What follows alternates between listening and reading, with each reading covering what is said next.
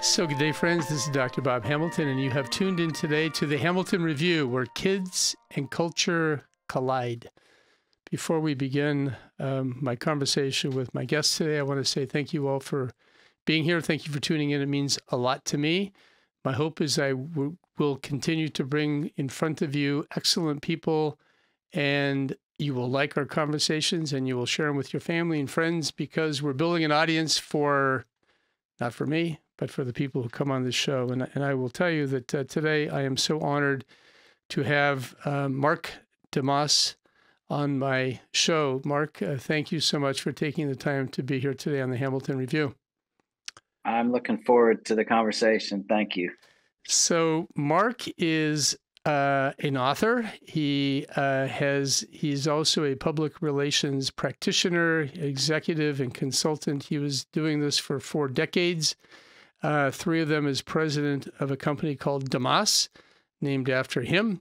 The firm he founded and ran, he ran that firm as the president from 1991 to 2019.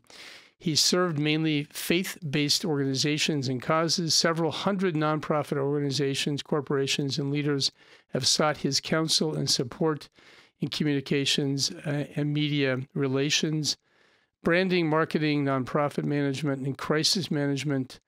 Mark and his wife, April, we'll talk about April during this conversation, live in the Atlantic area. So Mark is such a pleasure. And by the way, he's an author of the book. We're going to talk about this book called The Little Red Book of Wisdom. Write that down, friends. This is an amazing book. We'll get to it. It is published by Thomas, it is published by, help me out here, Mark, again. Thomas Nelson. Thomas Nelson, sorry, thank you. It is published by Thomas Nelson. This is a worthy book. But Mark, before we get to your book and everything else, I like to have my guest introduce themselves. I gave a brief kind of review of your life there, but it would be a pleasure to have you kind of share with us your life and maybe a little bit about why you ended up in the public relations world. Well, thank you. I live in Atlanta. I'm 61 years old, but I grew up in Philadelphia. My father was a businessman, a man of great faith, and very involved in Christian ministry and sharing his faith in a creative ways, but was a businessman and built a successful insurance company called National Liberty Corporation. I am one of 7 children, and my father, and this is a big part of my story and a big part of this book, my father died suddenly at age 53. I was 17, just entering my senior year in high school. So suddenly my mother, who was only 40, was widowed with 7 children, ages, I think like 12 to 21, widowed at 40. Amazing. And so we were close family. We went primarily through Christian schools and some of us Christian colleges. And I subsequently made my way down south, married a wonderful girl from the South. And so we've been in Atlanta now 30 plus years, have 3 children of our own who are in their early to mid 30s and all married, and have 6 grandchildren now, ages about 5 months to 10 years old, almost 11. So it's a wonderful season of life for us. I'm really a PR guy. I love public relations. I started a firm back in '91 uh, with a dream, really a vision to serve faith-based organizations and companies and causes. And so when I started it, there wasn't such a firm anywhere in the country, and I didn't know if there was a good reason for that or not. I didn't know if it would work. There was nothing to, model it after or measure it against. But it's what I wanted to do, and we did it, and just really were blessed to connect with some amazing organizations and causes, and built a really special PR firm. I write a lot about that in this book, and I've had a really front row seat to a lot of amazing projects and organizations and causes and programs all over the world. And a few years ago, 5 years ago, I closed my firm for a variety of reasons. And I had been through, I'll mention a battle with cancer in 2017, and I've recovered medically. I've recovered beautifully from that, thankfully. But I think that journey really caused me to take stock of a lot of things, and so 2 years later, I closed my firm, and I've stayed engaged with the same kinds of organizations, just as a solo guy, not with a PR firm. But I'm wonderfully married now. Next month will be 36 years. Wow! Congratulations! And enjoying a season of life now where things feel like they start over. The cycle starts over with when our children start having children. Right. So you know all about that. I do. You now are up to, I think you said 6 grandchildren, and we have you by double. We're now up to 13. But one grandchild is enough to change your life. With one grandchild, you are a grandfather, so you can officially claim that. Mark, your life has been very interesting, and as I read your book, and by the way, I want to mention this book. The book again is called The Little Red Book of Wisdom, written by Thomas Nelson, published by Thomas Nelson. And how did I find this book? Well, I was having me wandering through the LAX airport on my way to Jamaica. I was doing a medical mission trip into Jamaica recently, and as I was going through, I have a I'm not sure if it's good or bad, but every bookstore I walk by, I have to walk into. And as I was going through, I saw this little book, and it is kind of a little book, kind of poking out at me. And I said, wow, well, this is interesting. So I pulled it out, The Little Red Book of Wisdom. It's not a long book. It's a couple hundred pages long. And I picked it up, and I said, I just kind of began thumbing through it. And I got to tell you, this is, I couldn't put it down. I read the whole book during my short time in Jamaica. But this is one of the most, I have to say, it really touched me in many, many ways. And just this book about wisdom, about, learning how to live life on this earth. And Mark, I want to say you did a beautiful job with this book. Thank you. I know this is you have rewritten the book. This is your third iteration. This was last published again, I think, in 2023. Is that correct, or 2022? No, last year, just in May, was the latest. The latest edition, I guess, of this book. And I would like to, first of all, the book essentially is basically a book about wisdom. And what is wisdom? Well, wisdom is just practical principles that allow us to live a good life. And I'm curious, first of all, why you wrote this book, Mark. Well, I'll tell you one thing that very specifically set it in motion. a very tangible thing. I was on an airplane reading a business magazine, and there was a very successful CEO of a major corporation who had written. I was reading this article about this book he had published on something like 33 rules of management or something like that, and it this article excerpted a number of this business executives' business principles and guidelines for life. And as I read that article, I thought, and I was much younger then, which I'll come to in a minute. The thought came to me that I said, "Gee, I've got some guiding principles that I live by, and I think they're, possibly like more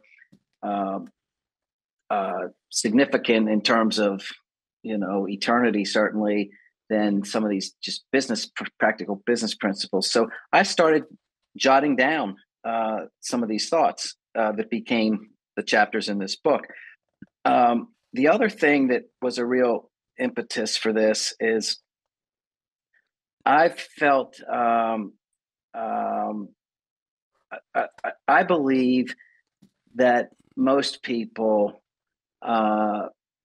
instinctively think that wisdom is somehow reserved for older people, more seasoned people, perhaps more educated people or more affluent people or world leaders. And yet I believe, and the scripture certainly affirms this, I believe that wisdom's available to all of us, and that it shouldn't be, the private domain of a select elite group of people. And so I wanted to kind of change people's perception that wisdom was this lofty thing that, very few people could attain. And we can talk about some of the ways that I think we can get wisdom and grow in wisdom. But I think I had lunch today with somebody, with a pastor, who told me he gives this book to high school graduates.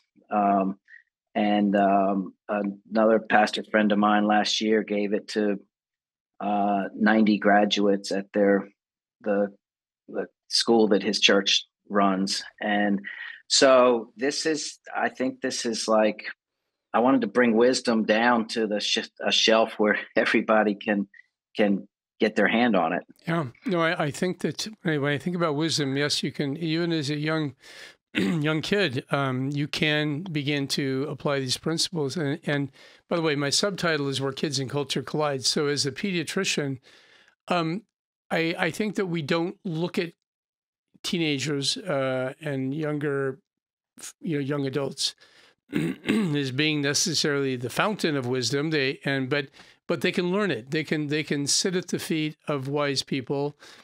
And certainly from your perspective, the foundation is really the book of Proverbs, the book which is written by Solomon, and they can glean these wonderful little nuggets of truth, which are contained in 31 chapters in the book of Proverbs. And I will just, friends, those of you listening, I actually make it one of the things I do in my life, and I have done this for years now, is I read a chapter in the book of Proverbs pretty much every day.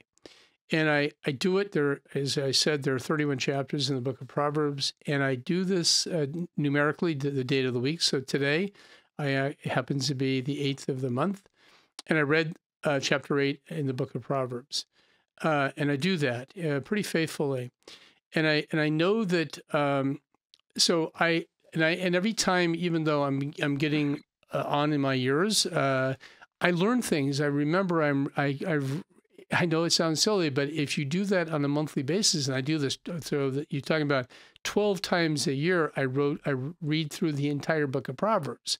That's because every verse in each chapter is a nugget of boundless truth.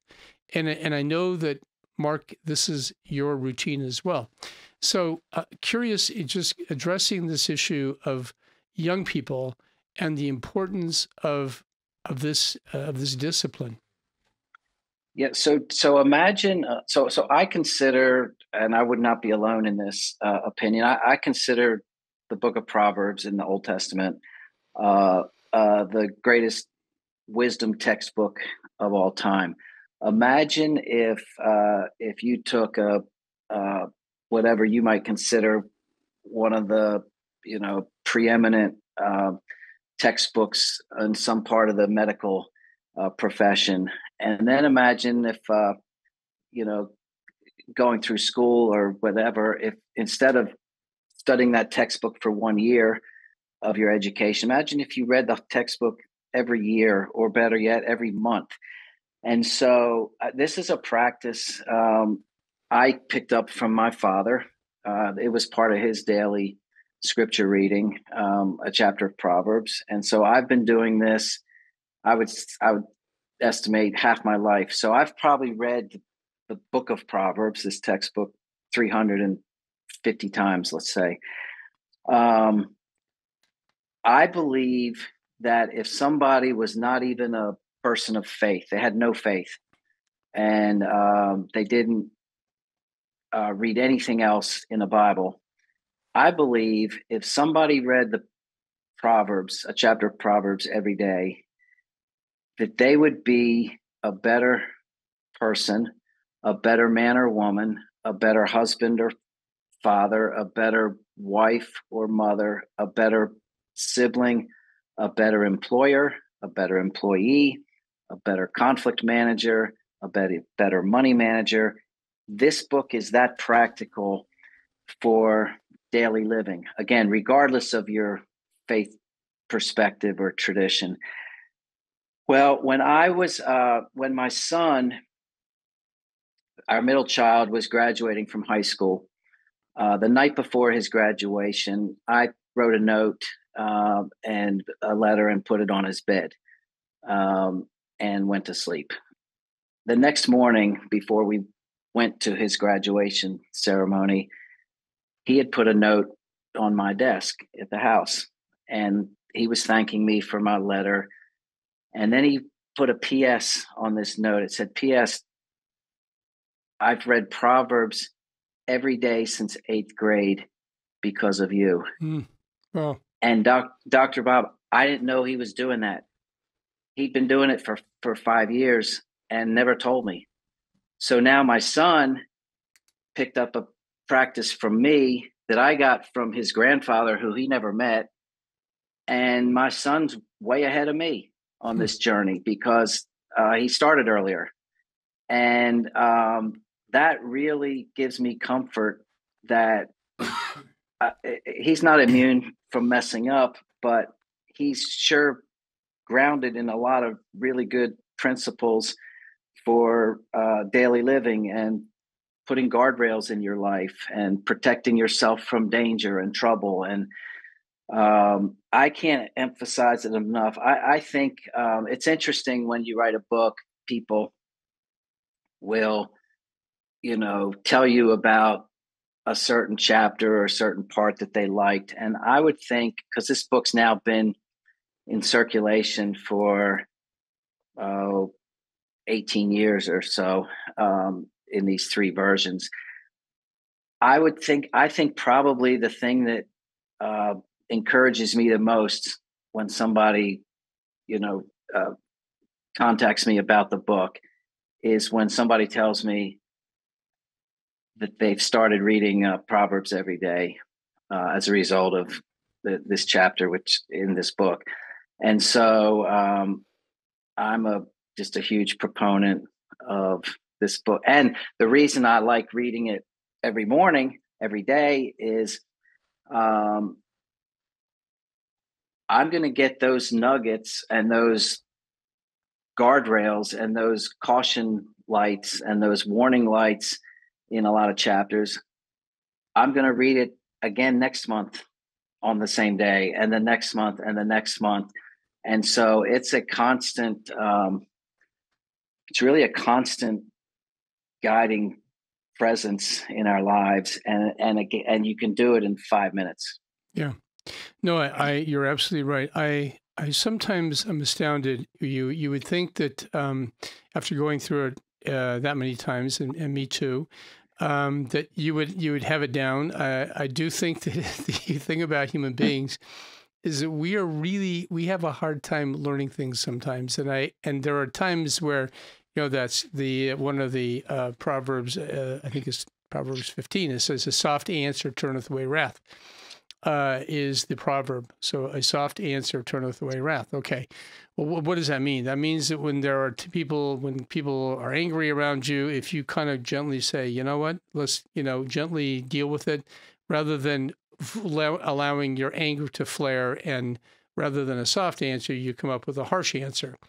And there are times where that happens, you kind of go, dang, I've read that scripture 1,000 times. Why am I unable to apply it to my life? At least I feel convicted. I will say that. At least I kind of have that, and then I can go back and say, you know what? My response was not appropriate. I said something out of anger. Forgive me. So I think by putting those little things in your heart, you do have. I think it brings you're more conscious of, and I think it helps to build that deeper, I guess, integrity in your life. But this has been something very, very important to me, and certainly those who are listening today. Pick up the Bible and open to the Book of Proverbs, and emulate what Mark DeMoss is recommending, and what I recommend too, which is to begin that journey of reading on a day-by-day basis. It takes a little discipline to do this, but if you do it, it does. I think it ultimately reaps gigantic rewards in so many ways, both how you interact with people, how you deal with your money, all sorts of different aspects of your life, which is really very important. Mark, there are several things that you write in this book. I think that one of the ones that you talk about, you have a whole chapter on this, which is practicing gratitude. I'd like you to speak to that, because I think that this is one of these issues that for our kids, first of all, my first question, I guess, would be, how do you teach kids gratitude? Oh boy. I think you teach it by modeling it, for most of all, probably. So if a parent isn't in inherently have a attitude of, or spirit of gratitude, of gratefulness, their child is, I don't know how your child would pick it up. So I think that would be the biggest, the biggest way to teach it to your children. I think, look, this is a difficult world, and it's not getting any less difficult. I opened this chapter with a really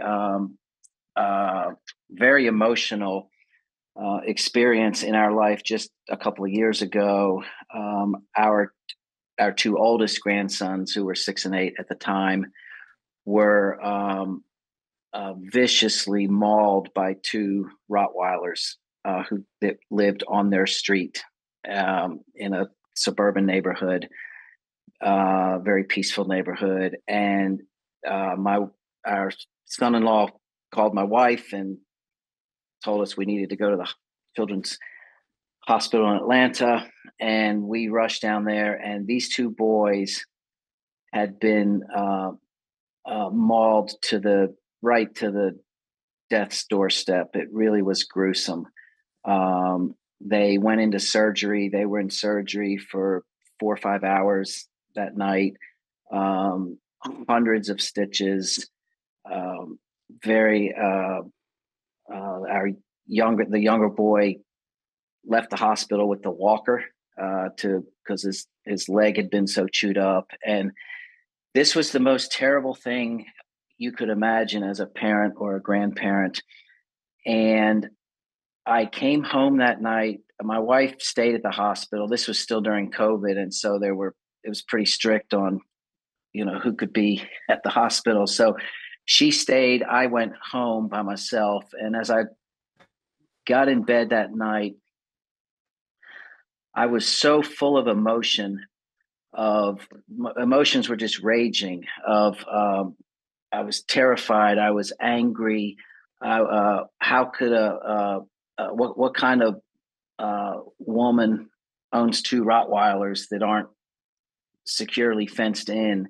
And yet, as I was going to sleep, the emotion that overtook all the other emotions was this emotion of gratitude, because our boys were going to live. And yet, I know you read about it, you hear about it. Children get attacked by dogs and lose their life oftentimes. Right. This is a bigger problem than I was aware of. And so I just had this overwhelming sense of gratitude, and I was thanking God for preserving their lives. They had a long journey out of this, both emotionally and physically, and they're doing great now. I watched both of them play basketball this week. It's been a beautiful recovery. But that's how I begin this chapter on gratitude. So I look at, in my own life, I lost my father when I was 17. 7 years later, my brother, 22-year-old brother, was killed in a car accident. When I was 10, my mother had a brain tumor. And also when I was 10, our childhood home burned to the ground. And so we've had, a lot of people, look at me and think I've had a pretty comfortable life, and I've had a very blessed life, but it hasn't been without challenges, and like everybody's life who's listening. And yet I can honestly say, I'm grateful. I'm grateful for everything. I'm grateful that, you say, well, how could you be grateful? How could you have gratitude about losing your father when you're 17? Well, the scripture says Jesus will be a father to the fatherless, and he's been a father to me for these 45 or so years. I haven't had an earthly father, and he's a friend that sticks closer than a brother. I lost my brother, but and so I just have this gratitude, which is really a recognition that I'm not entitled to anything. I'm not entitled to a life without trouble or conflict or stress or cancer. But I'm grateful. I'm grateful for what I have. I'm grateful for my wife and our children, and for God's providence in our lives. And so I really, there's a Jesus gives a illustration in the New Testament about healing 10 men of leprosy, and the men were healed. They left, and one of the 10 came back to say thank you. That's right. That's really pretty amazing, but it's probably not too atypical of our society. It's about right. It's about 10% of people really turn around and say thank you. Yeah. I want to be that. I want to be the one that said, "Hey, yeah, thank you. I didn't deserve that. I didn't deserve to be healed from cancer." A lot of people, my cancer journey, my cancer story, Dr. Bob, is a good one. But I know a lot of people's story isn't. So I'm not dumb enough to, think I somehow I beat cancer. I didn't beat cancer. I was saved from cancer. I was cured from cancer. I didn't beat it. Yeah. And so, yeah, I'm in I think I every day, I think I'm really full of gratitude for so much. And if we all think about it, I think people who are listening would have to say, if they're honest, yeah, I sure have a lot to be grateful for. And so if we live this way, I think our children, will experience it. But if we're negative and critical and you know,